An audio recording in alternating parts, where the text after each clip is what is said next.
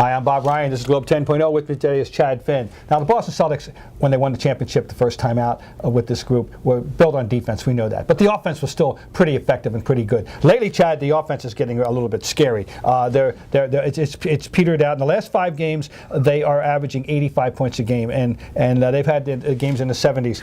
What do you see happening here? What's going on?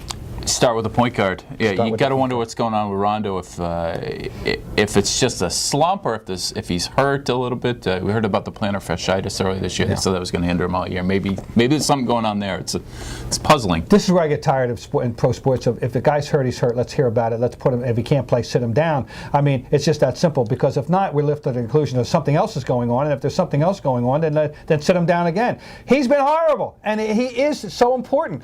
And the guy who's most affected, Paul Pierce. Now, I don't know if there's any direct connection or whether Paul Pierce has got his own problems, but in the last 6 games, Paul Pierce has scored 71 points. That is not even 12 points a game. He's had shooting as follows: 4 for 7, 4 for 7, 2 for 10, 6 for 12, 2 for 10, 1 for 9. He's not even getting shots. Now, this traces back to Rondo, don't you think, directly? Yeah, directly, and with Pierce, too, he goes through these ebbs and flows more than a lot of guys. This is a bad ebb. One of the worst a bad ebb. No, I mean, he's a great player. He's an all-time Celtic. Yeah. He's an all-time. He's going to the Hall of Fame, and he's a consummate scorer. But not lately. And he's 33, and then it happens. Some guys, it happens overnight. They wake up one day and they can't do what they did yesterday. It does.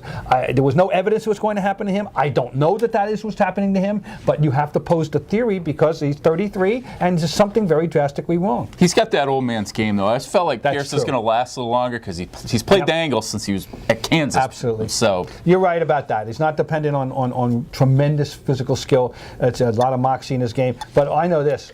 They had to have to straighten this thing out because you can't figure that you're going to hold people to 80 points a game and then win in this league. That's not going to happen.